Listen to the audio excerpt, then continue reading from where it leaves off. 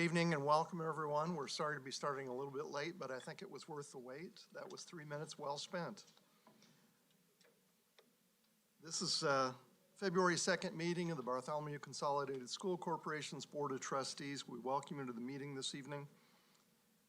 We have some special items. There was a reception, and there may still be some food or drink on your way out if you'd like to enjoy that. We start each meeting with the Pledge of Allegiance, so now I'd ask you to stand and join me in the pledge. I pledge allegiance to the flag of the United States of America and to the republic for which it stands, one nation under God, indivisible, with liberty and justice for all.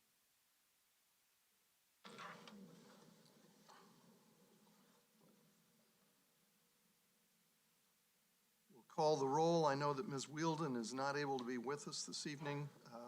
Mr. Major? Here. Mr. Nowlin? Here. Mr. Stenner is here. Ms. Lloyd? Present. Mr. Glick? Here. And Mr. Schultz? Present. Thank you. We have 6 members. We do have a quorum, and I'll call the meeting to order. Dr. Phillips, would you lead us through the mission, vision, and core values for BCSC, please? Yes, thank you, Mr. Stenner. I'd like to start each meeting by reminding ourselves of our mission, vision, and core beliefs. BCSC's vision is to be the choice to learn, work, and play. Our mission is to develop expert learners by partnering with our community to invest in people. And our core values include that we all can rise to the challenge of high expectations, that learning is most effective when we have choice, flexibility, and see relevance, that we thrive when our physical, social, and psychological needs are met, that our community and school district are stronger when we partner with one another, that we flourish because of the diversity and variability in our community, and that our democracy and democratic institutions are strengthened by civic-minded citizens. Thank you. We'd like to start each meeting with recognitions, and we have 3 great celebrations this evening. Dr. Phillips, would you talk about the Educational Hall of Fame Award? I will. Thank you, Mr. Stenner. This long-standing tradition in BCSC to honor someone who has given the majority of their life to the children and the community of Columbus and Bartholomew County. The BCSC Hall of Fame Award will be presented tonight to Miss Kathy Dell. And I want to first thank Kathy and her family and all of the guests who came to honor her this evening. And then also second, Columbus North Choir for being here, many of whom are former students of Mrs. Dell. And then last, I would like to thank the members of the Hall of Fame Committee for their work in going through the selection process and congratulate them on a terrific selection to receive this honor. I know that that Kathy believes that she is just one of many in the long tradition of BCSC educators who give their best to our community and to our kids, but she stands out as special this evening as one of just a handful from the performing arts, element of our teachers in this district, in this community. So I want to ask Miss Whitney Lloyd, former student of Mrs. Dell's, to represent the board. Mr. Schultz is he's the representative of the board on the committee, but he deferred to former student, Miss Lloyd. Good evening. My name is Whitney Lloyd. I am a former Parkside Pirate. I'm a current board member, and I am privileged to help celebrate Mrs. Dell this evening. I'm going to start with a confession. I can't carry a tune in a bucket. I can't really play an instrument, and I've never been considered a performer of any kind, but that never stopped Mrs. Dell. She encouraged me to join the Parkside Choir. She talked me into joining the band, and she even somehow got me to perform in the Parkside Pirate Talent Show. She poured her time, energy, and belief into me for years, making me feel like I was a vital part of every single performance. She made me feel special. And here's the truth, I wasn't, or at least not in the way that I thought. The truth is she made every one of us feel that way. And I think those of you who performed would probably agree with me. Mrs. Dell treated each child like they were the most important person in her classroom or on her stage. She saw us, she valued us, and she believed in us long before we believed in ourselves. For more than 40 years in BCSC, she showed up with the same excitement, the same smile, and the same passion to share her love of music with every student who walked through her door. Week after week, we learned new notes, performed new songs, and explored new instruments. But now I realize she was teaching us far more than music. She was teaching us confidence. She was teaching us resilience. She was teaching us to find our voice, literally and figuratively, and to use it with courage. Mrs. Dell's energy and vision extended far beyond the classroom. She led countless musical productions and performances, each one full of life, imagination, and heart. Her programs were often unlike anything else in the corporation, combining music and movement and storytelling in ways that made every student shine. She always went far beyond the extra mile, spending countless hours creating something special and magical for her students and their families. Her compassion reached every corner of her students' lives. Mrs. Dell had a remarkable way of walking alongside of families through life's greatest joys and hardest heartbreaks. After my younger brother, Jared, passed away at the start of his 5th grade year, she came to our home to see us, and she brought us his choir shirt that he had been so excited to wear. And in the years that followed, Mrs. Dell, Mr. Walker, and Mrs. Coleman helped honor his memory by choosing a 6th grader who embodied the same kindness and spirit that made Jared so special through the Spirit of J Award. As a young person, you can tell when a teacher is special. You can feel it. And Mrs. Dell was one of those extraordinary teachers who changed lives simply by showing up as herself, kind and patient and endlessly encouraging. And now, as a school board member, I see even more clearly what her work meant. Music isn't an extra. It's a cornerstone of a well-rounded education. It builds creativity, problem solving, and teamwork, the same skills that drive innovation in science, technology, engineering, art, and math. Through rhythm, harmony, and performance, she helped thousands of students think differently, connect deeply, and grow confidently. There's a quote that says, "A teacher takes a hand, opens a mind, and touches a heart." Well, Kathy did all of that and then some. She didn't just teach music. She helped shape who we became. One of my favorite memories of her is playing her piano and nodding along to the beat as we would sing. And when the song was over, she would smile and say so sincerely, no matter what, "Oh, that was wonderful." So tonight, Mrs. Dell, we are turning the tables, and it is our turn to tell you it was all wonderful. You are wonderful. To honor your incredible impact, we are proud to recognize you as a member of the Bartholomew Consolidated School Corporation Education Hall of Fame. You have more than earned your encore. Thank you for making music with us.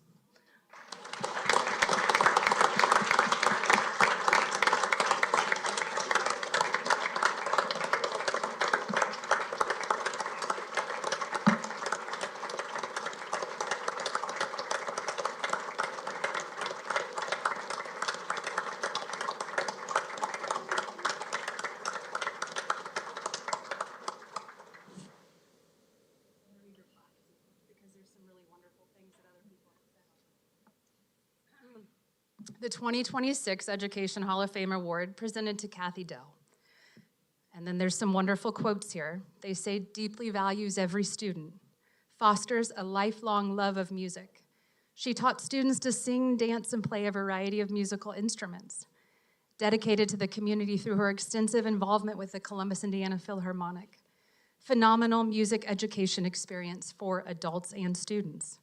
Veterans Day program tradition at Parkside. Creative, compassionate, and caring. Her legacy will continue to grow as her students share music with the next generation. She has instilled in countless members of our community a love of music that only make Columbus a better place to live." Congratulations.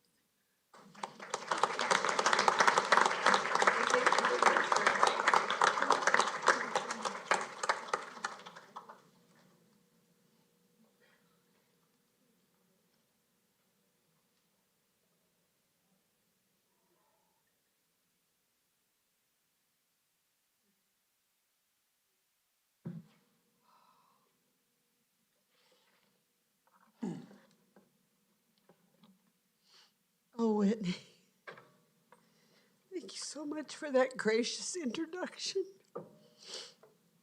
Your kind thoughts and your words and your memories just touch my heart.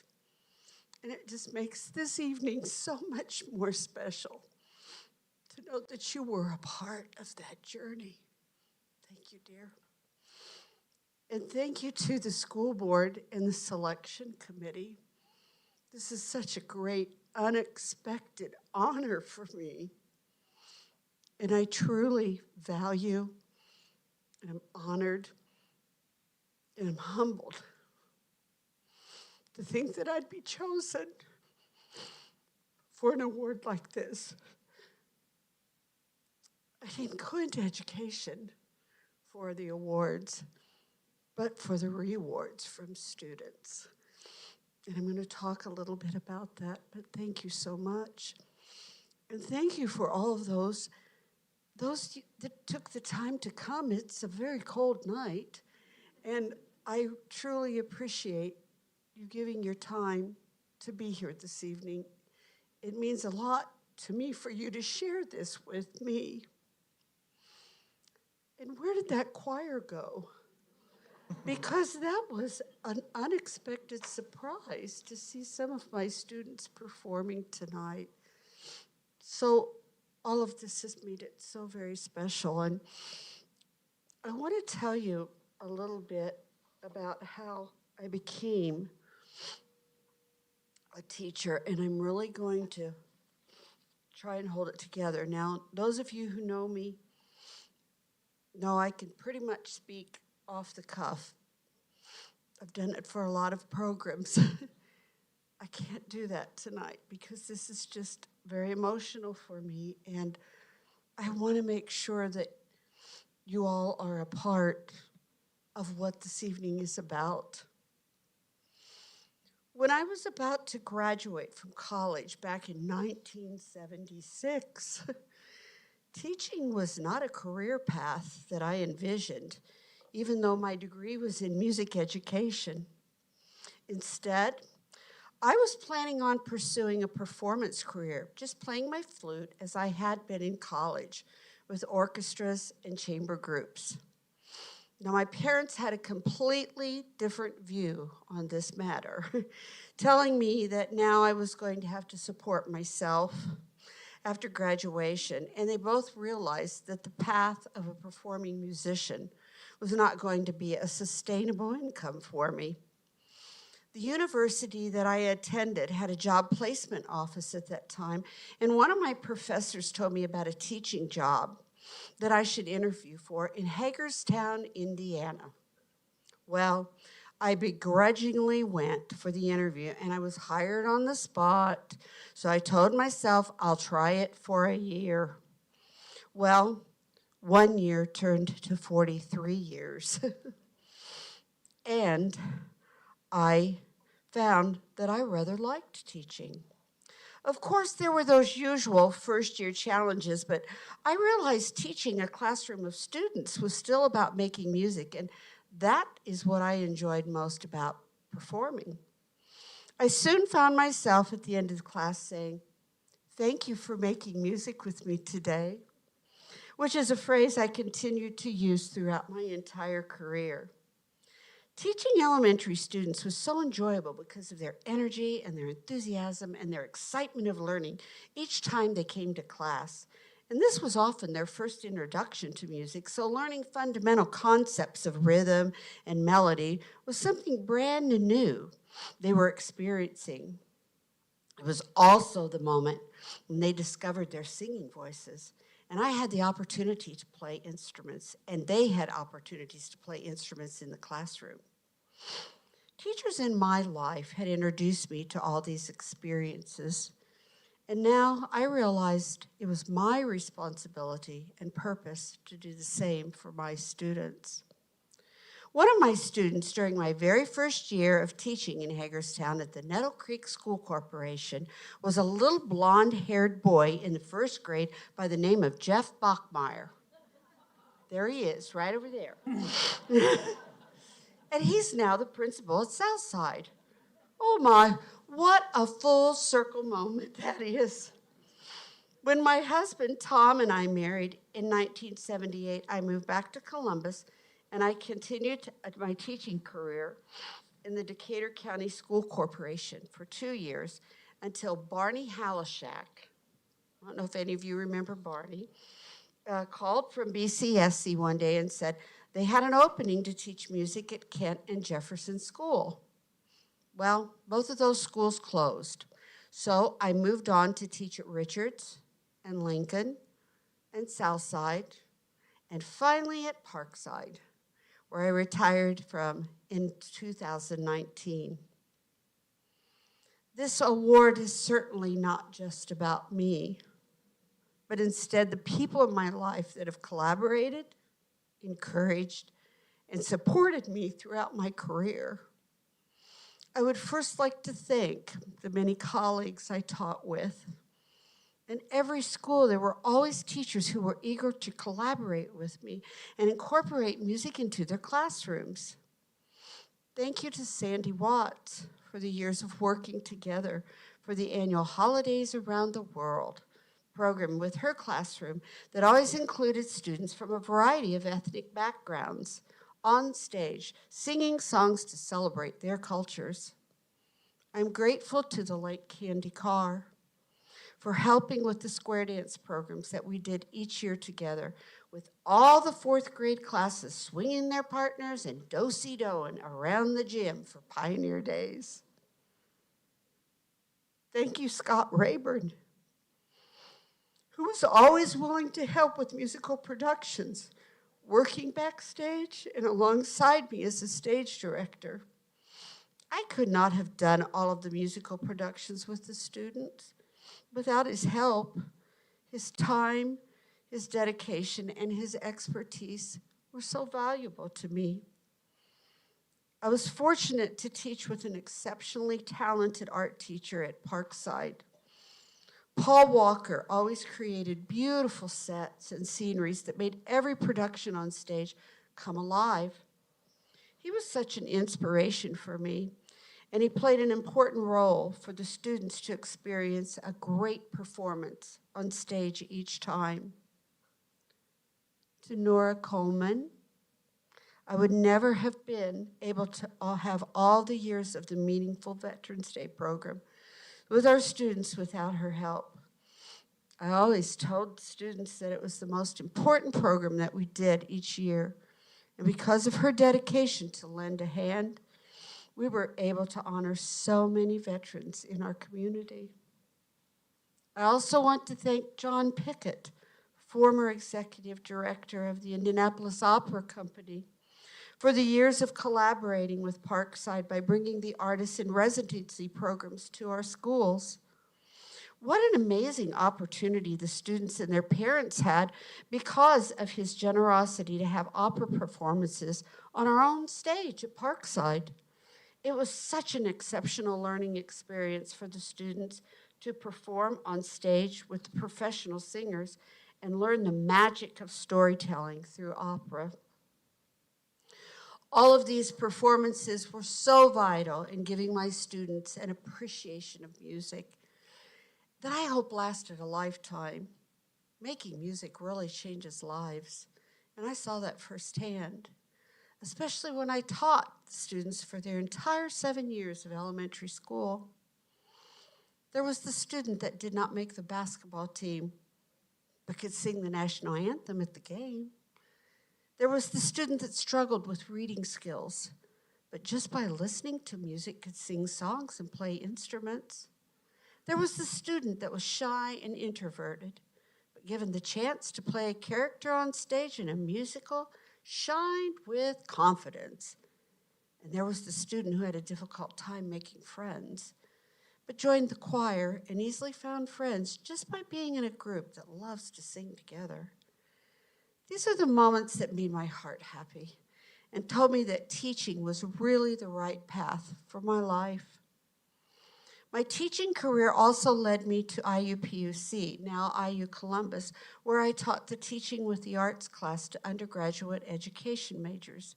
It was much different to have adults in my class, but we both shared the same interest in educating young students. This class gave me an opportunity to learn more about elementary grade level curricula and ways to incorporate music with math and language arts, social studies, and science. Some of the students that I taught actually became colleagues after they graduated, and I had the pleasure of seeing them become educators in their own classrooms. Thank you to the many community organizations and civic groups that would invite my students to perform for their meetings and events. These opportunities not only gave my students a chance to perform, but also showed them how important these organizations were in making our community a better place to live. I would like to thank the parents for your support you gave me by volunteering and attending programs and encouraging your children to make music. They say it takes a village, and so many of you were always there to be a part of that village. Thank you to administrators that were supportive of the arts and recognized students' talents by attending programs, congratulating them for a job well done, and allowing the students to perform in the community, even though they were missing some of the school day at times. My family played such an important role throughout my career, and I am so grateful to have their love and support. I was fortunate to have parents who made sacrifices in their lives so that I could have piano and flute lessons as a young child, and made sure that I had a college education, even though they were never able to attend college themselves. My husband, Tom, always encouraged me to dream big and reminded me that I could accomplish whatever I set my mind to. I even had the pleasure of teaching my son Spencer at Parkside, and I will always remember sharing those years of making music together with him. I now have the opportunity to make music with a new generation in my family. My youngest granddaughter, Berkeley, she loves music just as much as her Grammy does. In closing, I need to share with you that I was fortunate enough to still pursue a performing career, as I had originally planned alongside my teaching career. There were always regional orchestras, chamber groups, and musical groups to perform with throughout the years, wherever I lived. And I even had the privilege of performing with the Columbus, Indiana Philharmonic as principal flute for 36 years before retiring in 2023. And I continue to be involved with their music education program. Performing music was always a passion of mine. But teaching music made a difference in my life. I will always cherish the memories of teaching music to the many, many students that I had the opportunity to spend the time with. And I would still say to them, after all these years, from the bottom of my heart, thank you for making music with me.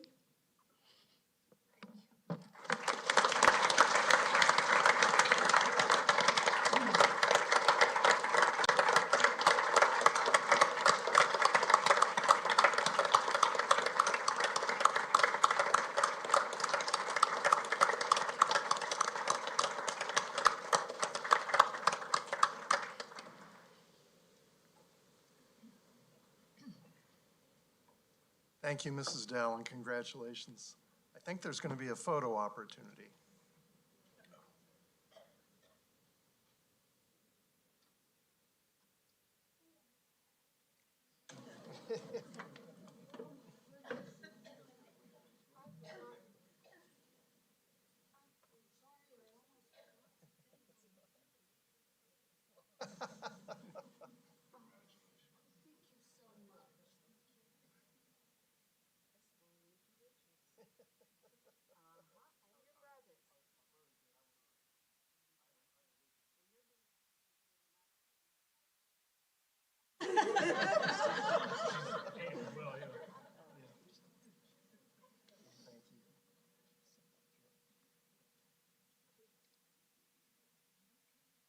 You did very well, yes.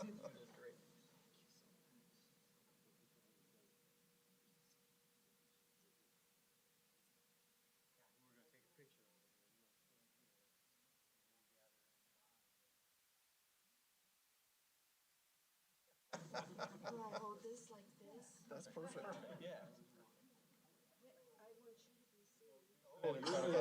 You're the important one. Picture isn't for us, it's for you.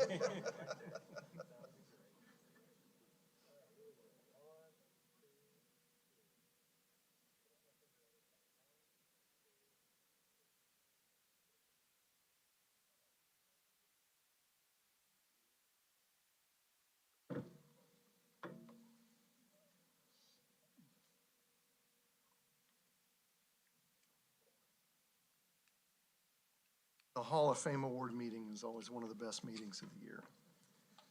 Dr. Phillips, we had something unusual happen this year. Next item on the agenda, our Lilly Endowment Scholars. We did. Mr. Giebel is going to come up because both students selected this year for the two winners of the Lilly Endowment Scholarship from Bartholomew County are both CSA New Tech attendees. So, Mr. Giebel, take it away. Thank you and good evening, members of the board and Dr. Phillips. Tonight, I have the distinct honor of recognizing two students who have achieved one of the most prestigious awards academically in our state. The Lilly Endowment Community Scholarship was established in 1998 with a very specific mission: to ensure that Indiana's most talented young leaders have every incentive to stay in state for their education. The goal was simple: invest in students who will ultimately give back to our communities through their leadership and service right here in Indiana. This truly is a life-changing award covering full tuition and fees for 4 years at any Indiana college or university. In Bartholomew County, the selection process is rigorous. This year, there were over 59 applicants from across the county. That group was narrowed down to 10 finalists, and after an intensive interview process, only 2 recipients were chosen. I'm going to ask them to come up here now before I talk to them.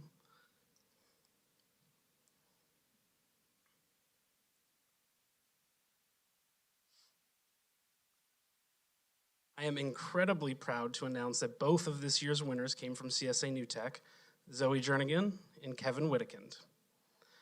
While their academic records are impeccable, they were chosen not only for their academics, but because they truly embody the qualities of our ideal graduate at CSA New Tech and in BCSE. Zoe is a student who leads through immediate action. She's often the first to raise her hand for any task, even saying yes before she knows exactly what that task is. And she does so with excitement and eagerness and readiness to learn and serve. Her heart, full of generosity, makes her a fantastic ambassador for her family and our school. She doesn't just wait for opportunities, she creates them. Kevin is a young man of remarkable depth. He possesses a brilliant and witty mind, and his thoughtful insights enrich every conversation he joins. What stands out most about Kevin is his genuine care for his peers and his tireless commitment to making CSA New Tech a better place. He represents the kind of insightful leader we know will continue to make an impact for us in our community. Zoe and Kevin, you have represented your families and our school with immense pride. Please join me in congratulating our 2026 Lilly Endowment Community Scholars.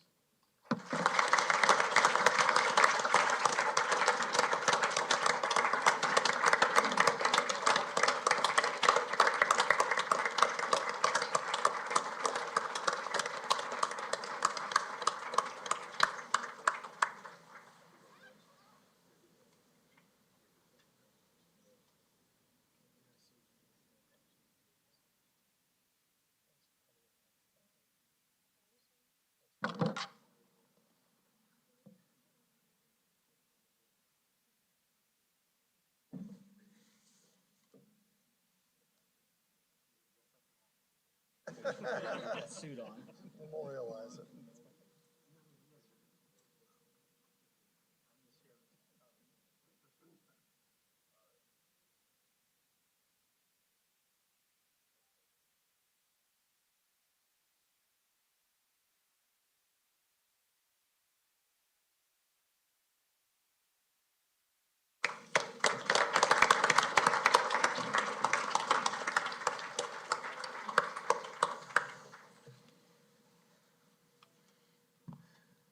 now our last celebration of the evening. Dr. Parsons is here standing in for Athletic Director Mr. Miller, and we'll introduce Coach Olds, who most people have to work a really long time as a coach before they see some state championships, but this is his third now, a team and 2 individuals. So congratulations to you, and thank you, Dr. Parsons. And thank you, School Board and Dr. Phillips, for inviting us here this evening. I do have the privilege to announce or introduce you to our Columbus East wrestling team and Coach Ty Olds. This is our second year being here in a row, which is really exciting. We won the state championship last year, and that is a big thing to follow up, and they surprisingly did a phenomenal job with it. These girls peaked at the perfect time, and I think Coach would say that, and really we shined bright at the state finals this year. So I'm going to go ahead and bring Coach Olds up so he can go into the details about the awards of our girls.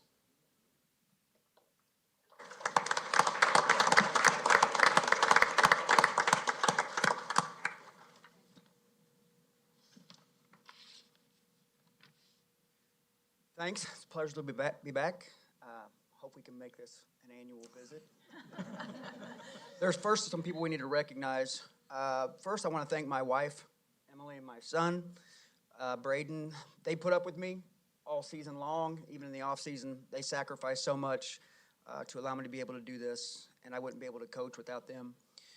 Thanks to the coaching staff, Dalton Noblet, Dustin Cloud, Brian Bauer. We're lucky to have them and their dedication and knowledge to the group. Their wives, Diana, Alexa, and Amy, for allowing them to be with us. Thank you to the parents for trusting us, for miles driven, for the help provided, the weekends spent in the gyms. The program doesn't succeed without the parents. Thank you to our school administration. We appreciate Mr. Miller, Dr. Parsons, for helping and supporting our team throughout the season. There's a quote, Wilma Rudolph, an Olympic champion who overcame childhood struggles, said, "Believe me, the reward is not great without the struggle." And this team defines that quote. When we left here last season, to say the least, this year was going to be a little hazy. We weren't sure how many girls we were even going to have on the team. There was only one 8th grader that I knew was coming up and joining us. And all of our captains were graduating. So the team finished last season by losing or graduating all but 6 girls. And that was our state championship run, full of seniors. At the start of this season, we lost multiple girls to injury, including some season ending. One being our team captain and the only state placer from last year. 3 weeks in the season, we had to relocate to a new practice area and a new routine. By the end of the season, there were only 2 girls who wrestled at sectional last year that were coming back to sectionals this season. No one outside our room believed in them, and they weren't even ranked in the top 20 in the state. There were so many excuses these girls could have used, and no one would have judged them for it. But that's not what they did. Even though the start of the season was rocky, they kept pushing forward. They bought into the culture we are creating and believed in the coaches and each other. With so many new girls, they had to learn and gel quickly. Many girls stepped up to lead and put lots of extra time in getting better. When the dust settled, they'd finished 4th in the state and only a few points from state runner-up. With these girls' accomplishments together, there was nothing short of spectacular. And the future now looks very bright with all but 1 girl returning for next season. So if you don't mind, I'd like to introduce them. And then girls, as you come up, I'd like you to shake everybody's hand in acknowledgement. First, our senior who couldn't make it this evening, Lucy Morales. She was one of our team leaders. Next, our state placers, led by junior 6th place at 105, Tinica Ditz.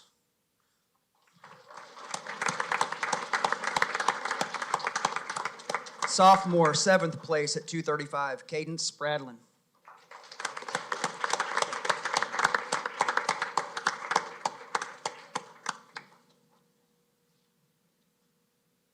One of our freshman sensations at 120, 3rd place finisher, Gloria Cloud.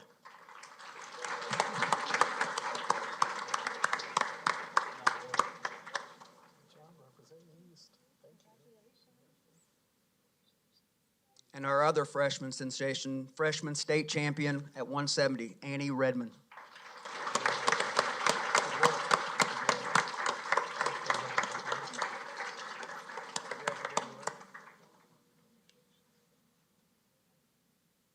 I'd like to go down by grade. We had junior Brayley Becks. Isabel Wakefield. Ashley Manis. I don't think Smalls is here, is she? Nope.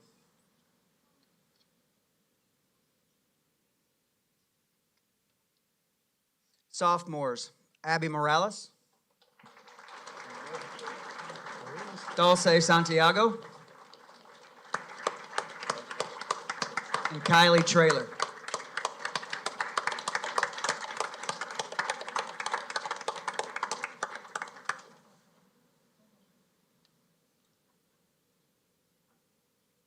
For the rest of our freshmen, Leah's not here.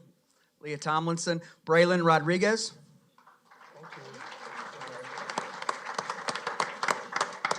Tanya De La Cruz. Ellie Blayton.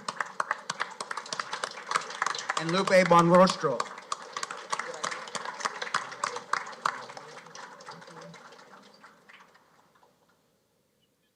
And then the coaches, you come up here too. Dustin, Coach Noblet, Coach Bauer didn't make this evening.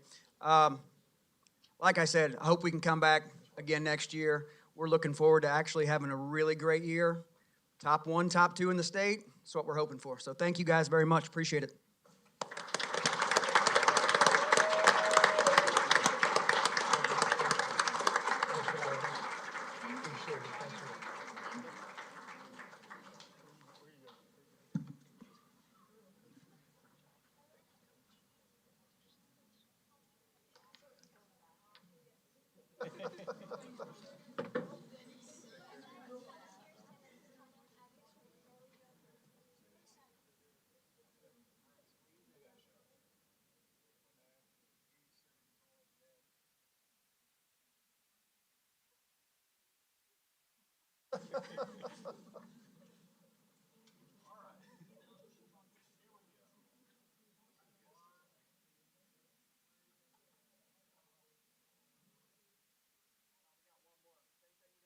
Flex it up.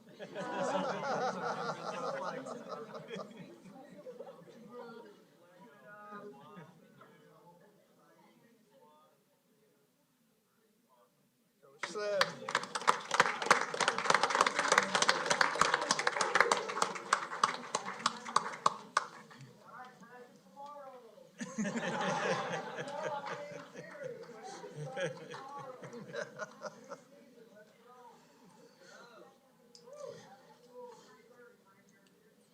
We thank all of you who are able to join us this evening. The funnest part of the school board meeting is done at this point, so.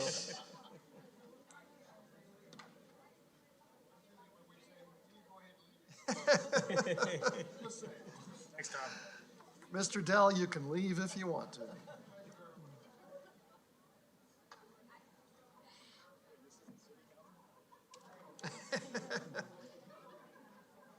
Grab as many cookies as you'd like. You don't have to worry about making weight tomorrow. That sounds like good advice. Yeah. Cheese balls.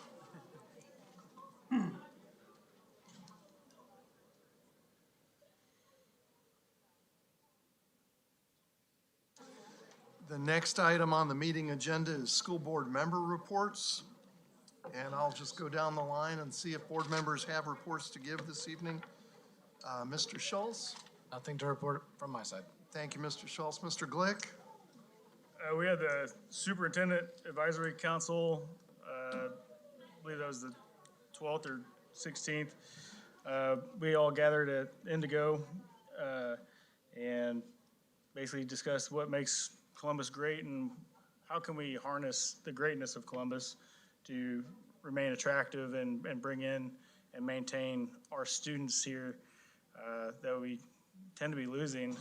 And so it was a good little round table that we had and had little breakouts to focus on different areas and came up with some good ideas. So it was real good. And then also coming up Thursday is the district and facilities meeting here at, I believe, 8 o'clock or 8:30. Thank you, Mr. Glick. Ms. Lloyd? The school foundation met January 22nd. The board elected new officers, approved the foundation's 2026 budget, and formed committees for grants, fundraising, and scholarships. One exciting announcement is that a generous family has made it possible for all fourth grade students in BCSC to visit the T.C. Steele State Historic Site for Indiana history. This is a new and immersive experience for students, and we're super thankful for the community members who make these opportunities possible. Sounds great. Thank you, Ms. Lloyd. Mr. Nowlin? My committees did not meet, but I do have a Indiana School Board Association legislative update. Two bills that I'd like to mention that are currently traveling through the legislature. One is House Bill 1004, and the Indiana School Board Association is in favor of this bill. It is a deregulation bill that is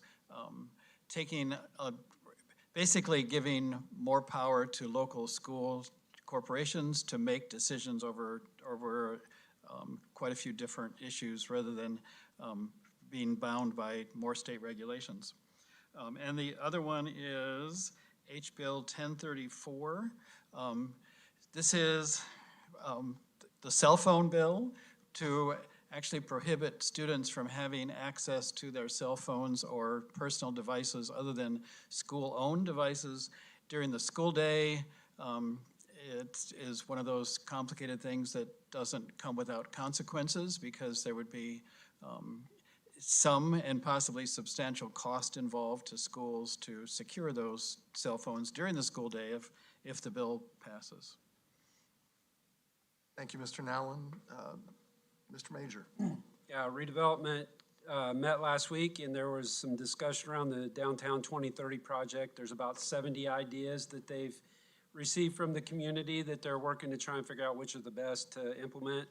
Ramen Alley, that is downtown restaurant, was named top 10 in the U.S. by Yelp, and they talked about the winter market success. They provided updates on the parking garages, and the animal care building is going to move across the street from where it is today up by the airport, and they're going to build a new building just because the building that they have is very old and is beyond serviceable. There's a lot of maintenance nightmares, so they're going to build a new building. Health Trust met 2 weeks ago. There was nothing new. It was really a year-end update and beginning to plan for 2026. So. Thank you, Mr. Major. In addition to school board member reports, we also have some cabinet reports this evening. Dr. Phillips? Thank you, Mr. Stinner. Mr. Brininger will come up and provide the 2025 year-end financial report, as well as every semester we report on the extracurricular funds, balances, revenues, and expenditures for the previous 6 months. Good evening. It's always a little disappointing to follow that show. I thought all my fans were here, and dang it, they're gone. Looking at 2025, we ended the year financially very strong. Our revenues across the board were strong. In the education fund, we ended the year with $97 million in revenue, which was 1% over our budget and 1.3% over 2024, the result of strong investment returns. In the operations fund, it was down 2.6% to budget and 2.3% to 2024. We did receive $35.6 million in revenue in that fund. The biggest difference there was we had budgeted less of a transfer between the education fund to the operations fund. That was a planned reduction as we work to reduce those reserve levels we have in the operations fund. In the operating referendum fund, we were 1.7% higher than budgeted and almost 6% higher than 2024 with a revenue of $10.6 million. And the biggest improvement here was that the referendum funds are not impacted by property tax caps. And so when assessed values go up, this fund will always reflect that. Our education fund expenditures within salaries, we were up 3.9%, which was part of the negotiations for the year. Our benefits were up 5.3%. The reason they were a little bit higher than the salary increases was the state had mandated an increase to the teachers' retirement fund portion of our budget, and so that increase was slightly higher than the salary increase. Our other expenditures were up almost 10%, from 7.9 million, yes, to 9.3 million. Nope, that was budgeted to spent. Forgive me. Sorry, and other expenditures, 5.4 million was what we budgeted, 4.1 is what we expended, 3.7 was in 2024. Those were for professional services that were provided as part of some of our, I'm sorry, forgive me, I just got in late last night and my brain's functioning. Those were counseling services and other things related for student improvements. Other services, our expenses were up. Again, I just covered that. Transfers to operations, 7.9 million was budgeted, 9.3 for last year. Again, that was a budgeted reduction as a way to reduce some of our operation reserves. New to this report, this is something new and we would like to spend a little time on this. That fourth column is curricular materials expenditures. In the past, there has been a specific fund for curricular funds. The state has provided monies to us as part of our student counts, and we would expend those monies for curricular materials for our students. Beginning in July, the state is no longer providing those funds separately. Those are now part of our state education funds that we receive on a monthly basis. So back in the budget time when we talked about the state was committing 2.3% more money to the education fund, but it was only a 1.6%, I believe was a percentage increase, was because of this curricular materials funding that is now part of our education fund. So when we calculate that in, we spent $1.8 million in 2025 on curricular material funds. Overall, the education fund, we had budgeted, when you count curricular materials expenditures, $101.2 million. We spent $100.8 million. It does show an increase of 4.6% over last year, but again, that's including the curricular materials funds. If you compare apples to apples, which is everything but the curricular materials fund, it's a 2.6% increase over 2024. Again, I apologize for fog brain. Looking at operations fund expenditures and salaries, we were up 7.2% over 2024. As we discussed during the budget process, a lot of that was filling open positions. We saw a similar decline in our other expenditures because a lot of those positions we had been using temporary employees for. Benefits went up about 5.3% over 2024. Other expenditures were down 1.5%. And then total expenditures, we had budgeted for $38.8 million. We spent $36 million there, which was a 2.7% increase over 2024. And I'm sorry to hold the microphone like this. I've been announcing at Columbus East swim meets, and if I don't hold the microphone in this way, it breaks in and out. I'll hold it the normal way, sorry. Operating referendum fund expenditures. Teacher salaries, we showed a 3.6% increase. This is a great thing. This is us holding on to teachers as a longer time.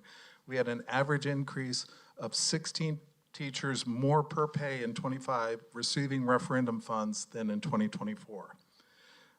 Support staff salaries, those were up 3.1% over 2024.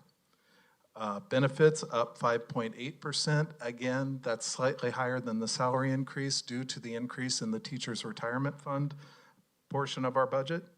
Safety and security, that looks like a huge drop. It's down 18%. Trust me, we will be spending that money. That is just timing of the billing from the city and county for our SROs.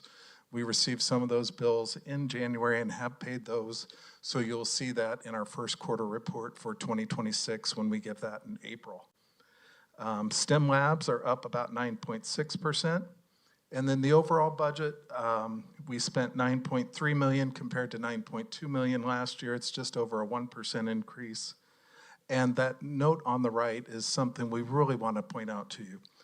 570 teachers benefit from referendum pay.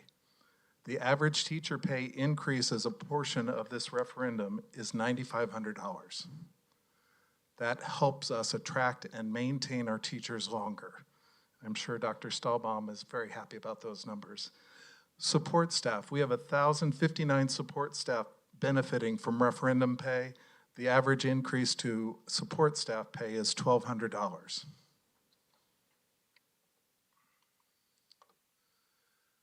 This is a look at our overall operating funds reserves. We've set an ordinance to establish a minimum of 13.5% in our reserve level, up to 19% as a maximum. As you can see in 22, 23, and 24, with post-pandemic monies being put into our funds from the federal and state governments, our reserves got up to 18.7% in our operating funds. As planned reductions to keep us in that level, at the end of 2025, our reserves in the operating funds is 16.6%. That last column, those last pair of columns, is when you take out encumbered monies. That is money that has been approved as part of the budget for 2025 that we have yet to spend, but we have contracts in place to spend for capital work, things like that.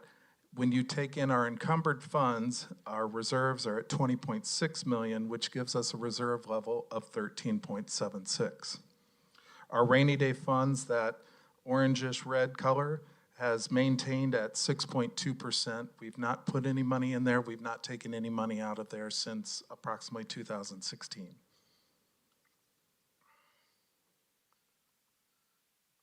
This is a global look at our end of the year balances, again, for those operating funds, the education fund, operations fund, and operating referendum fund.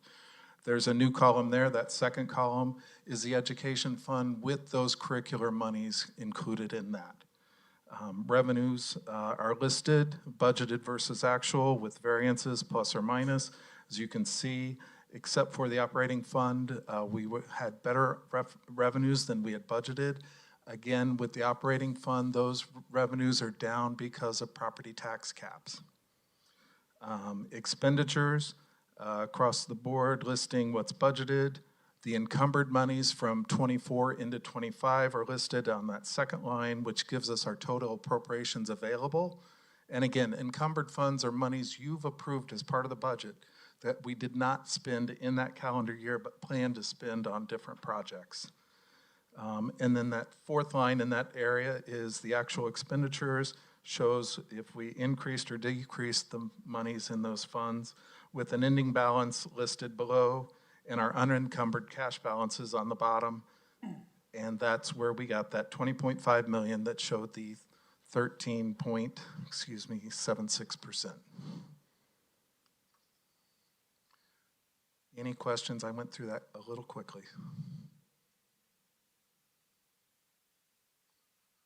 I think the biggest thing I have that is a concern, I appreciate the bleed down and reducing the reserves. That's good. We're above that lower threshold. I don't know if you've put together projections yet for new elementary school, means new principal. You're going to go in. You might have not a whole school full of new teachers, but there will be incremental add to teachers, cafeteria, bus drivers possibly, buses possibly, and then all the operating costs to maintain those buildings. So have you put together a projection that might show where that lower level will go when we start operating a new building?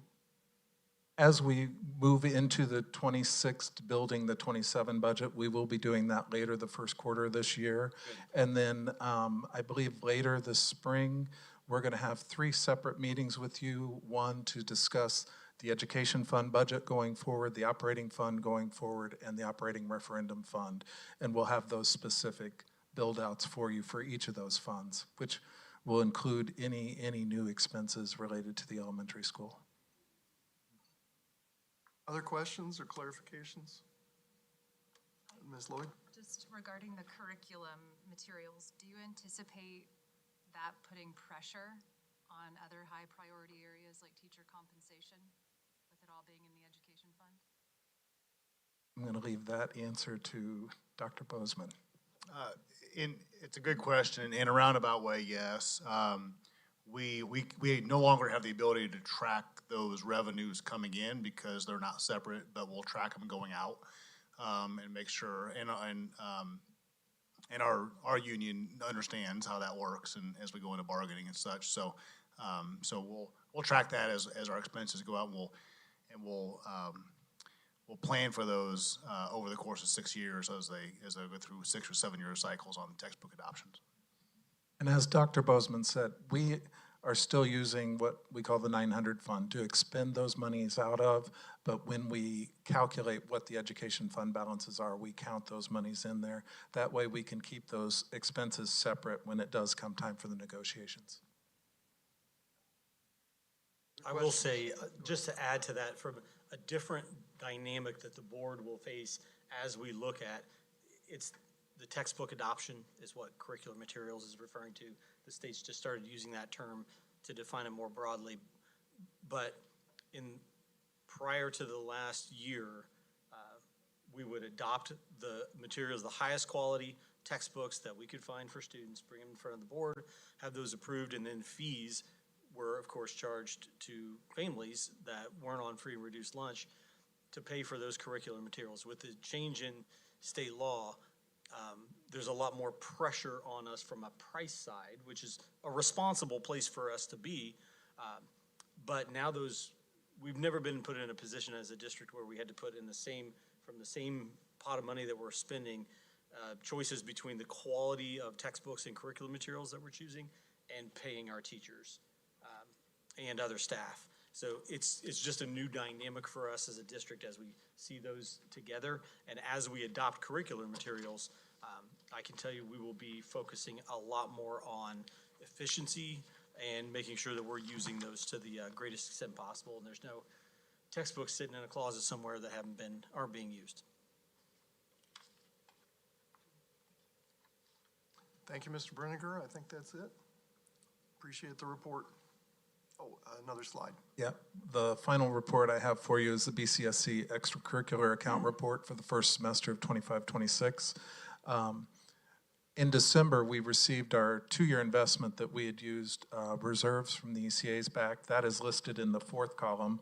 The first column shows you the bank balances that they had July 1, which is the start of the academic calendar year. Second column is total receipts for that first semester, total expenditures. As you can see, if you go down to the bottom, our schools did a nice job. We had positive returns there with receipts over expenditures. However, remember second semester is when a lot of those trips that the money was raised for take place. So when we give the second semester report in the summer, that number will shrink down a little bit. The investment returned, we had invested a little over $940,000. Some of those, the interest that was a part of that returned into those total receipts, but that is the amount that we invested that then came back to each of those funds. We are meeting tomorrow with our financial advisor to look at the next round of investing, whether we're going to do a 1-year or a 2-year investment again. And would be happy to answer any questions anyone has.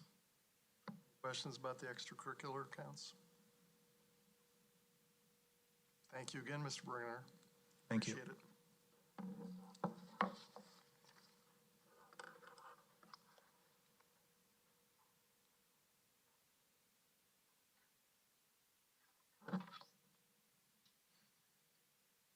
Good evening. I'm Nick Williams here to do the technology update for 2026. Thank you for supporting us and allowing the time for us to do this. Our EdTech lead is Brenny. She joins me as well. And Anastasia, our operations lead, is over there. Laura Manette is also here and is our systems lead. And we also have Isaiah and Asher who are here. The best part about our department is our people.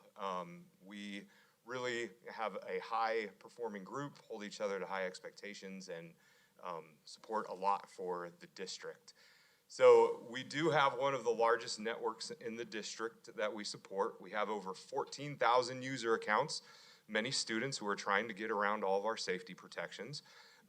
We have over 100,000 assets, which include devices, but also microphones and mice and everything else. 2 million square feet of Wi-Fi, which expanded over the years to include outside areas.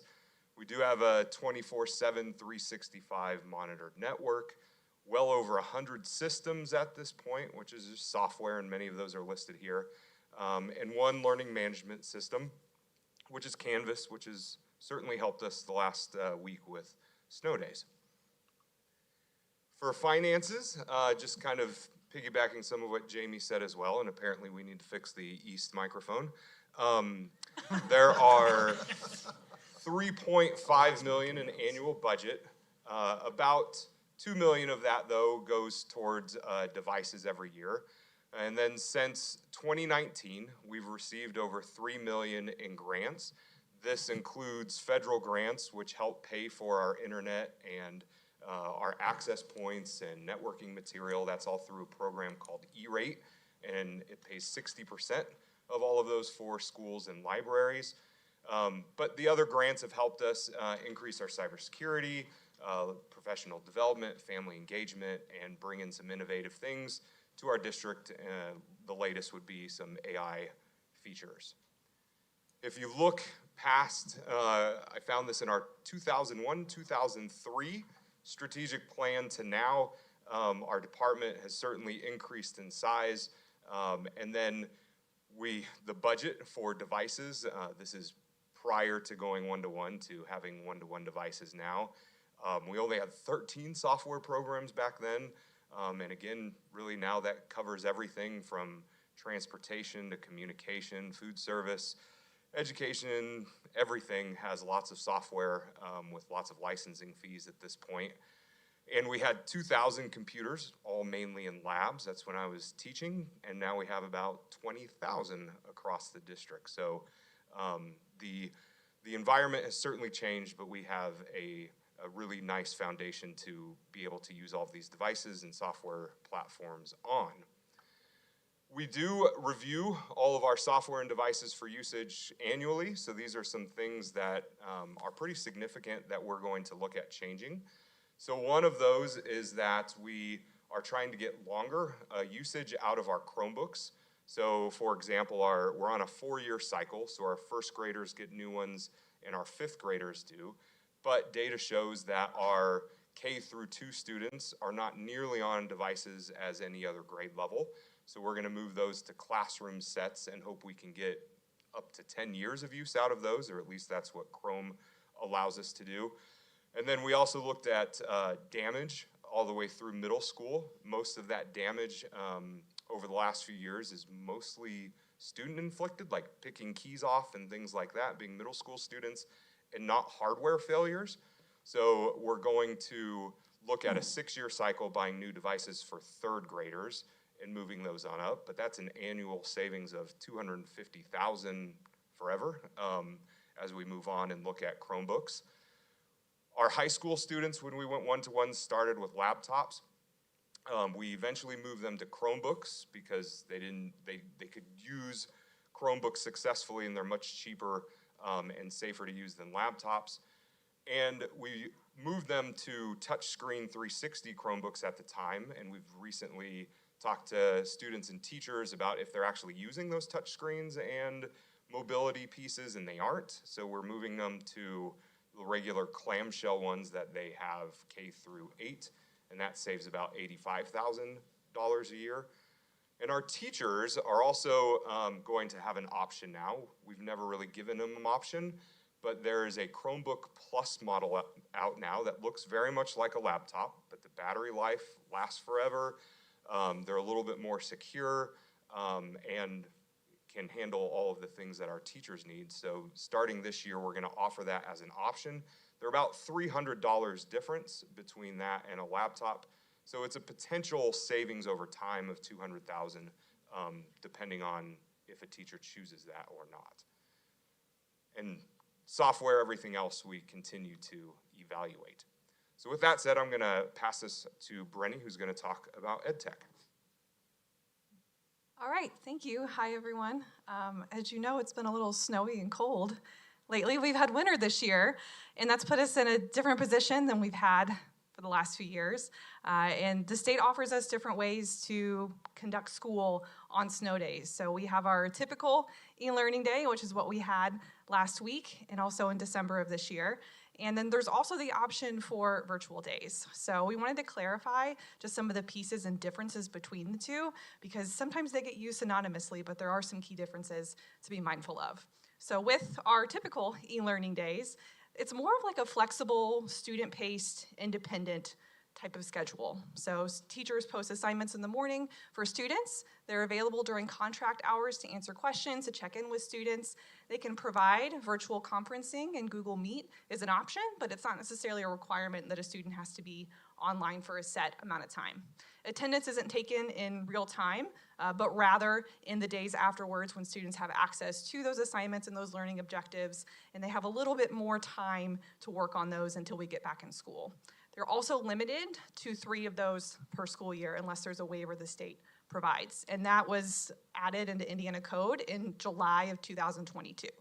So, fast forward to now, we've not gone through as many of those e-learning days as we have in the past. So the other option that the state offered in recent years is a virtual day. So a virtual day is a little bit different. You know, your students are still going to be on devices, but the timing is a little bit more structured. So there's a bell schedule that students will follow where they'd have to be online for a certain period of time for each class. Teachers will be taking attendance on who was there, who was on the Google Meet and participating, and it's that little bit different that the assignments would be due the next school day as well. So the idea behind that is that it's a little bit more of a scheduled and structured day. The state allows you to have unlimited numbers of virtual learning days as long as 50% of the day is teacher-led instruction on a virtual conferencing tool, which for us would be Google Meet with our Chromebooks. All right, so I'm sure there'll be questions about that, but we also wanted to highlight some of the awesome things that we've done this year, and one really amazing thing that one of the grants that Nick talked about is our conference we hosted this summer. The Indiana Department of Education's digital learning team has had summer of learning conferences for almost 20 years, and last year we were like, let's go for it this year, and let's do something amazing for our teachers. We got the grant, we had an amazing day of learning last July, we had a wonderful theme, we always love a good theme in BCSC Tech, and it was up, and the spirit of adventure, and an uplifting day of professional learning for our staff. So we did have hot air balloons there, which was amazing and fun, thanks to our community partners, but we also had a really awesome opportunity to recognize our staff.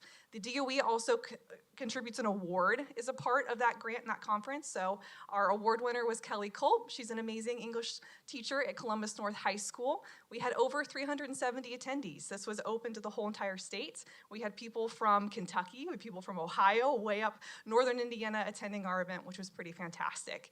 And it was a really awesome opportunity for our teachers to lead sessions and be in that leadership role and share with their peers as well as learn from each other. And we had several different sessions and topics that we covered, from STEM integration to literacy, educational AI tools, Google tools, research-based strategies, family engagement, and more. So those are just a few of the many photos from that day.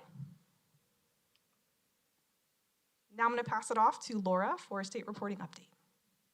All right, we're going to talk about state reporting and all of that entails, and happy count day to everyone who that affects in this room. So principals, some administrators, happy count day. All right, so BCSC's goal with state reporting is to have accurate and transparent data with no conflicts or errors. So there are some expected things. We have some concurrent enrollments with East and North students, things like that. So there are some expected things, but we try to get as close to zero as possible with our conflicts and errors. So back in 21-22, the state put in a mandatory piece of software called Data Exchange, or as we refer to it, DEX. And that is the way the state connects securely with all of the schools across the state. So they connect with us. We send up our information nightly. We do have 5 certification windows, but we do sync nightly with the state, or whenever we can run a manual validation as well. So the 5 certification windows are July. That is the biggest one. This is where we report a lot of our staff reports, the course outcomes, graduation rates, attendance. It's the huge one. In October, that's our first count date, which is ADM, which is our average daily membership, and our graduation rates, ML learners, and staff updates. December is one of the special education reports. February, today, was count day for the February ADM report, and then another special ed report in April.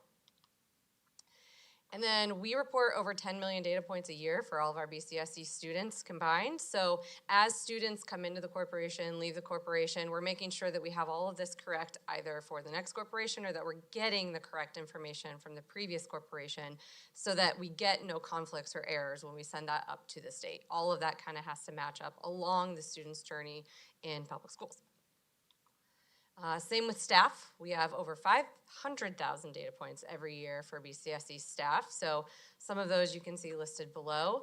And a lot of those are tied to their courses and their positions.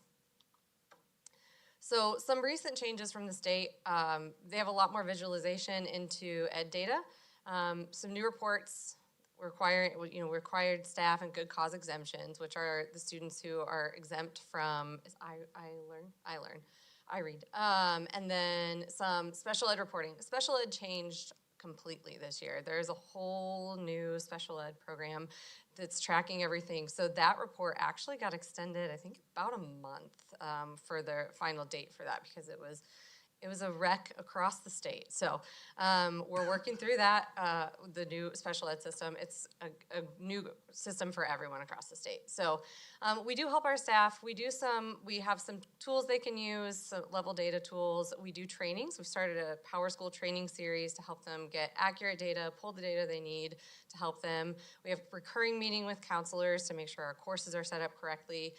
We have a system for signing off, which was started a couple weeks ago. We sent out all the information to principals, and today I think it went to curriculum directors because they've all signed off. So the enrollment center helps make sure everyone gets enrolled correctly, and then our publishing page, we publish that up. The state says, no, this is wrong, this is not what we show, fix this or that, and then we do that. So I think that's it. I'll pass it off to Nick for questions. Thank you to the tech department for that annual update. We appreciate it. Questions? Not even snow days? Nobody has a question about snow days or synchronous and asynchronous? Mr. Nowen? I'll save the question on snow days. But first of all, Mr. Williams kind of gave us a snapshot of what it looked like 20-some years ago and what it looks like now. And having been part of the teacher corps during that time, I would like to reiterate that the staff of the technology department helped to make that transition really work. I mean, the number of workshops that were offered and continue to be offered, and just all the support, even like before the e-learning days, I don't have to read them anymore, but I see the emails that come out about all the support that you can get, and I just can't say enough about how this wouldn't have happened without your department and your folks. We also hear sometimes noise about technology is interfering with kids' learning. And so I was teaching during the onset of graphing calculators, and I know that in terms of graphing calculators, research shows if the graphing calculator is integrated into the instruction, students actually learn more and they achieve more. But I wonder about in using technology in general, with our kids having Chromebooks and all that, what does the research tell us about how it impacts student achievement? Yes, absolutely. A brief summary of all that research. Brief summary. With footnotes. So we could talk about student stories, or we have in the past during these meetings, but you know, our district really views technology as a tool and a flexible tool for students to be able to have access to high quality learning materials anytime, anywhere, and that is ingrained in our department as a goal. So we have a large, diverse population of students. So when technology is used, like you said, kind of like a graphing calculator, but as a tool to help a student learn, that is where the research shows that the students have the most to gain. Now, are there pitfalls with that, and do we need to teach how to use technology properly? Yes, absolutely, and we do that with our teachers and have lots of resources for that. But it really is a level playing field tool to help all of our students have access to the materials that we're wanting them to learn and to help them learn. Okay, and maybe this is my research evening for questions. In terms of, we've also heard in the news lately about synchronous versus asynchronous for e-learning days. Is there enough research yet on whether, we know the research shows e-learning days are not as good as being in school. But is there a difference? Do we know anything about the difference between the impacts or the effectiveness of synchronous versus asynchronous? So, like you said, preference is in school. That's where students learn best. Just because of the e-learning days that we're accustomed to and that we've used has high flexibility. So if a parent is gone, or let's say even at the FFY, like we work with them all the time, had a meeting with them this past week to help support a potential virtual day and what that looks like for a center that's going to have a lot of students in that now has very strict, rigid kind of time sets that all of those kids have to be on a Google Meet. So it's just a little bit more difficult to support the virtual day and have every student at their homes. The pandemic taught us a lot. So we're ramping up kind of supports for that type of day, even just, kind of tech checks in the morning before the 9 a.m. to make sure their Google Meets work, and we're going to do that with staff as well. There's just a lot of variables at home when you're supporting learning versus in a more controlled environment in school, but in schools, obviously the preference, and these are, again, kind of like technology. They're tools that the district can use to make sure that we, can kind of stay on our calendar and ensure that learning occurs even in winter and floods and everything else that our community has had over the last decade. We know approximately how many of our students would have issues with Wi-Fi or connectivity in a virtual learning day? We've tried to collect data on that, and we've worked with the county with some of their broadband efforts as well. And I've seen it as high as 20% and as low as 10%, so it'd be somewhere in there. It's hard to get good data because some people just consider their cell phone as a good internet device, which it can be, and it can support a lot of our materials, but it's not true broadband that would be kind of the best for these learning environments. Thank you. And Mr. Nallen, I'll just add to that just last week on Monday, I stayed home. I obeyed the red warning and stayed home and had Zoom meetings all day long.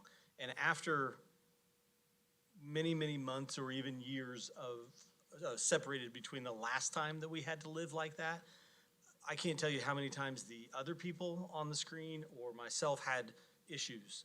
We had issues with our microphone or our camera or whatever that is, and an in-person learning day is not only the best way for students to learn, it's also a system that's in place every day that's predictable, and we have structures in place, whereas any form of online learning, particularly one that requires a virtual day that requires live interaction and between the technology, being the interface between the two people or the group of people. There's just so many unpredictable things that make that very, very problematic, and it elevates stress for students. Not to mention, I've heard from many staff members, not just in our district, that will have their 2-year-old toddler with them while they're trying to teach the students on the other, because they also have to take care of their child at home. So it's not an ideal setting, and we will be doing everything we can in the coming months and year and in the next calendar to make sure that we don't have to resort to e-learning whenever possible. My comment's not so much as a school board member, but a parent. I would just say that I truly appreciate all of the tools and resources that you've integrated over the last few years. With the ease of use and the open lines of communication with my child's school and staff, I just feel more connected than ever. I feel like I'm part of that journey, and it just means a lot to me as a parent and as a school board member. And e-learning went very well. We're only in first grade, so I don't really feel like that's a great measure, but we survived, and I really appreciate all the work that you put in to make that as smooth as possible. I know. Any other questions or comments? Mr. Williams and your department, we thank you all for the report this evening and for the work you do all year long. The next cabinet report is just an overview of the 3 updates to current BCSE board policies recommended by our legal team. The first one being C525 medical needs at school. The attorneys recommend that we update the policy to allow the school nurse to stock and administer specific medications. These are things like Advil and things like that. And then provides a statement protecting the school district against civil immunity as long as those meds are administered in accordance with the instructions, and then puts the AED requirements in place that were part of the 2025 legislative session. The second policy update is the CDL and alcohol and controlled substance policy for basically our drivers, people who operate equipment and buses and vehicles for us. This is policy D300. And this was just based on a current case that the attorneys that we work with were facing with another district, and just recommended that we change the language to state that all safety-sensitive positions are required to have a pre-employment drug and alcohol screening. And then the blood alcohol content thresholds are now consistent throughout that policy at the 0.02 level. And then last, F-125 purchasing procedures just clarified that the board awards contracts as opposed to just awarding contracts, and then clarifies that specific notifications are published in a newspaper as opposed to just being published in general. Thank you, Dr. Phillips. Can you remind us of the steps in this process as we update our policies? We'll do the board policy for adopting policy states that these will be published online 2 weeks before the first reading. And so these have been online since that time, a little over 2 weeks ago on the Friday preceding. Then there'll be a second reading. This first reading, the board can choose after the end of the first reading to vote to have a work session between now and the second reading, if there's any additional conversation that you want to have. And then after the second reading, they're adopted, and that evening, there's a vote to adopt in the evening of the second reading. Board members, any questions about these 3 policy updates? Mr. Major? I've got some things I marked on here. I'll just give them to Dr. Phillips like I have in the past. Thank you. If any board member feels the need for a work session or feels a work session would benefit us, please let Dr. Phillips know. Otherwise, we'll calendar the second reading in an appropriate time frame. Mr. Stinner, I'm going to add an unannounced cabinet report here. I would like to ask Miss Jessica Vogel to come up. There's a policy, or an approval item on a grant that's pretty substantial, that the attachment that was in the board packet did not have a lot of information about it. It was several pages, but mostly technicalities. And just prior to a vote this evening, I just wanted to congratulate Mrs. Vogel on earning the grant, because it's a substantial amount of money over the next 3 years, but also have her help you understand what that grant will help us do. Thank you. This is item 8H that Dr. Phillips is talking about. All right, thank you so much for having me up here. So the Department of the DOE's Office of Elementary and Secondary Education recognizes that there is a shortage of school psychologists, especially in rural schools. And so because we have had a difficult time filling a position that we have had posted for a school psychologist, and because some of our schools qualify as rural schools, we partnered with IU's school psychology program to apply for this grant through the DOE. And so we were awarded the grant, and the goal of it is to support the recruitment, training, and retention of school psychologists. So we are excited. Our Assistant Director of Special Education, Dr. Heather Rimstedt, has worked in another district where they had a similar grant and worked with IU School of Psychology, so she has familiarity with that program and how it works to try to recruit and retain school psychologists. Questions? Mr. Nowlin?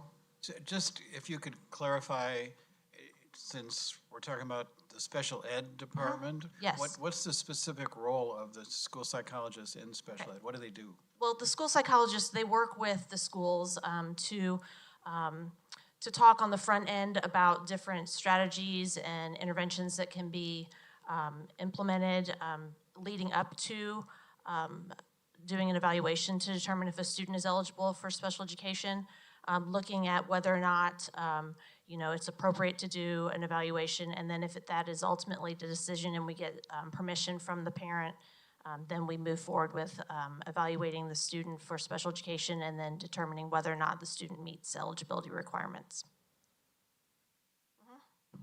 Other questions?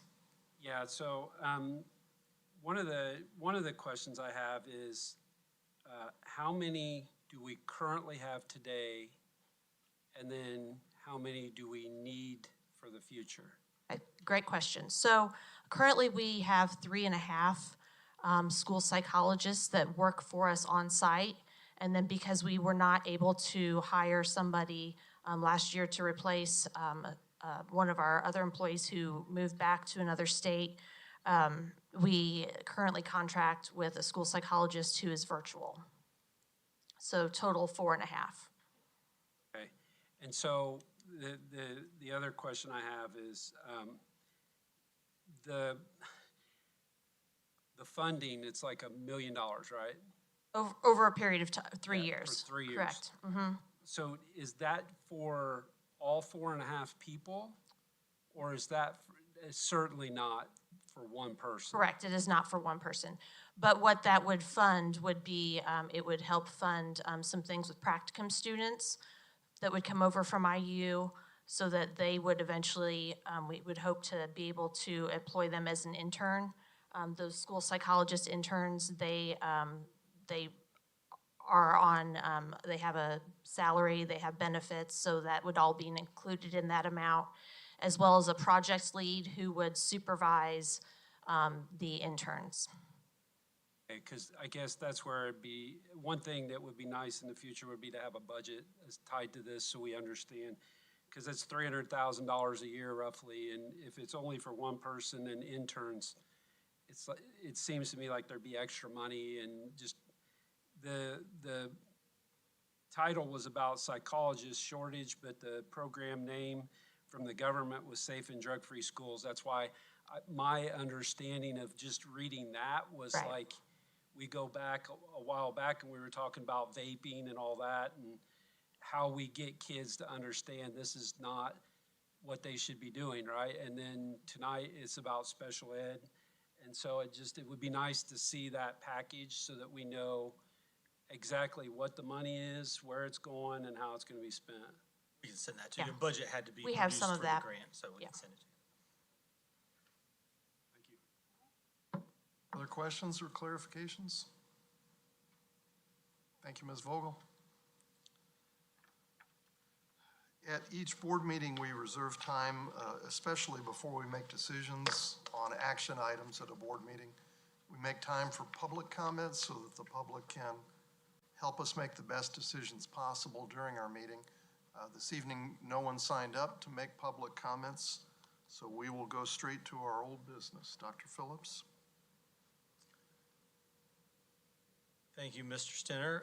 The first item on the agenda for approvals is item 7A, Old business, the minutes from the school board meeting of January 5th, 2026. I request approval of item 7A as presented.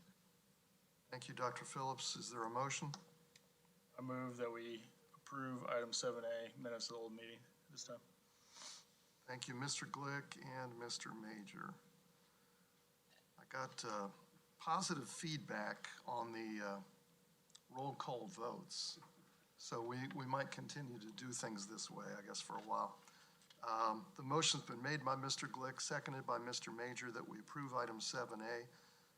I'll call each board member's name and we can vote in order. Mr. Major? Yes. Mr. Nowlin? Yes. Chair votes yes. Ms. Lloyd? Yes. Mr. Glick? Aye. Mr. Schultz? Aye. The motion's carried 6-0. Thank you. Item 8A through 8H are new business. That includes supplemental contracts, field trips, and professional leaves, school fundraisers, the claims and payroll from the claims from December 19th through January 23rd of just over $20.3 million. That large dollar amount reflects the semi-annual debt payments that we make each year. And then also 3 payrolls from December 1st through January 11th. If you go back to the last board packet, you would notice that you did approve the first December payroll as part of that. So technically tonight you're approving the same payroll twice. Sorry folks out there, that doesn't mean we all get paid again for that. It's just a repetitive, happened to show up in this here slideshow twice. And then the docket claims for that'll be paid in February for January of just over $1.16 million.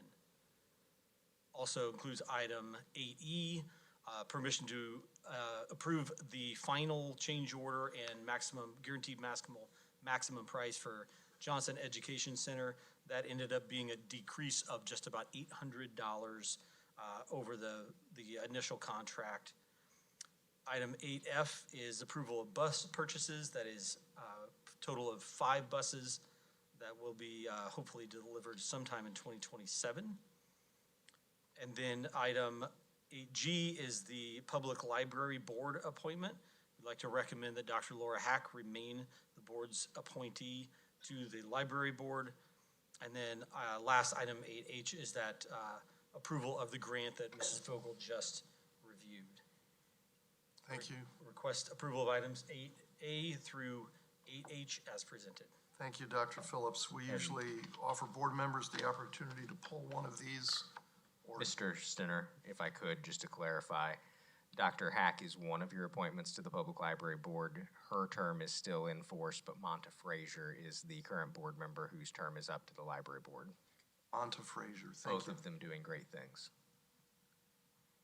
Thank you, Mr. McIver. Board members, is there an item here under number 8 that we'd like to pull out of the package? I think that I'll be okay based on the conversation we had and conditionally pending that will get us something to show how that money is going to be spent. For budget on the grant. Yes. Thank you. So. All right, you've heard the recommendation. Sorry, Sure. I apologize for interrupting. Want everyone to know that on the board that every federal grant that we have is reimbursement based. Not that Mr. Major is insinuating that we'd misuse any funds, but all federal grants that we have, the first dollar that's spent runs us into the hole, and then we send every month or every quarter reimbursement requests after we prove that we've spent those dollars in the way that the grant was intended, which is why the last half of our fund cash balance report is all in the red, because they're all federal funds waiting for reimbursement. Just a clear point of clarification. And again, based on what I heard, I'll be okay with it. It's just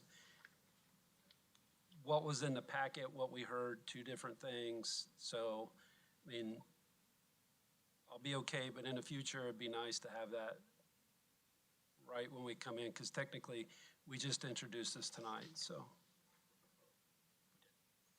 Thank you. We've heard the recommendation from administration. Is there a motion? I move that we approve items 8A through H. Second. Thank you, Mr. Nowlin. And the second was Mr. Schultz?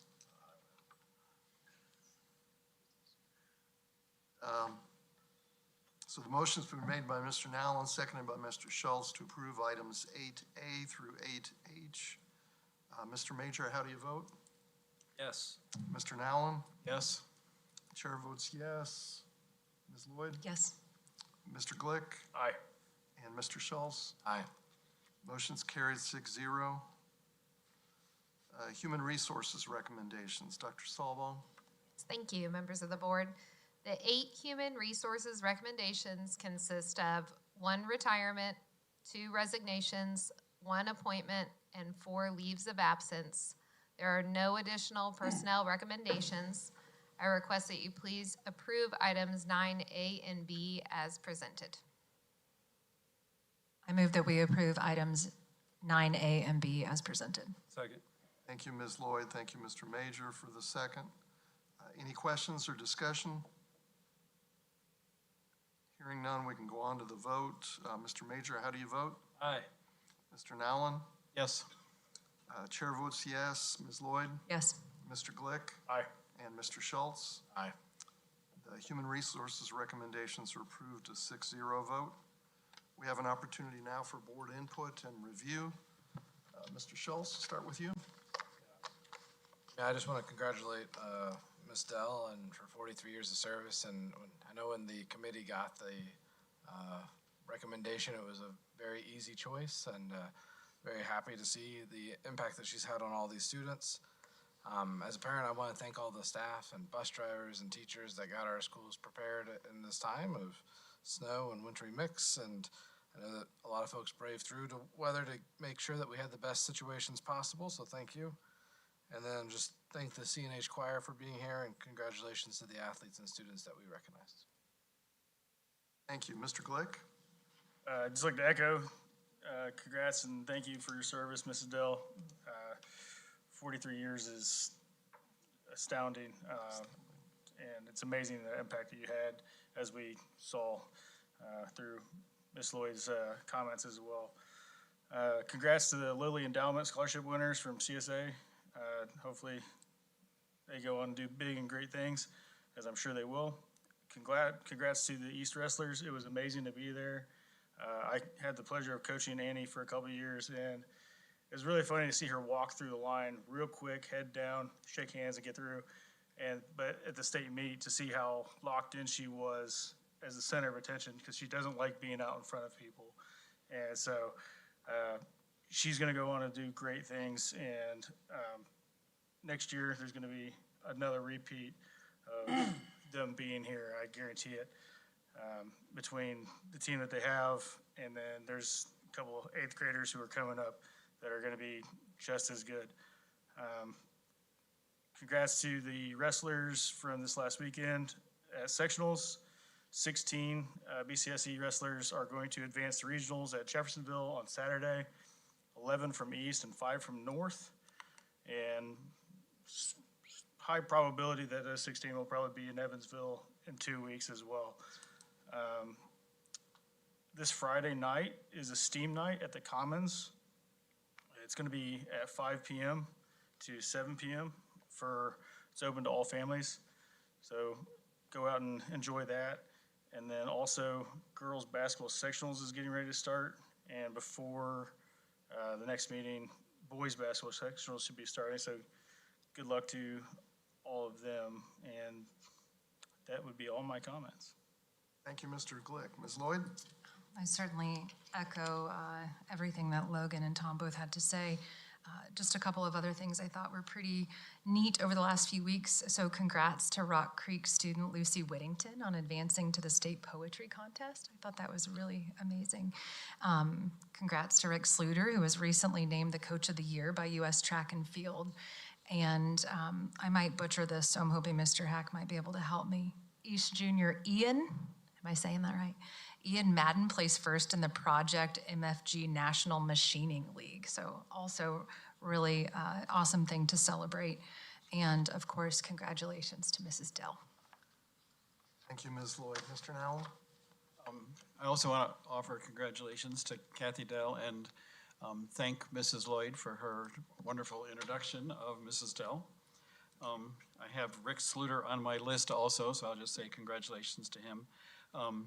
Also, probably not a lot of you follow Indiana Math League news, so I'm going to update you.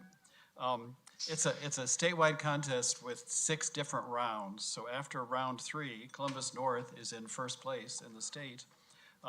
And something that really stood out to me, in the last round, there were 8 students across the state that had a perfect score on that round, and 4 of them were from North High School.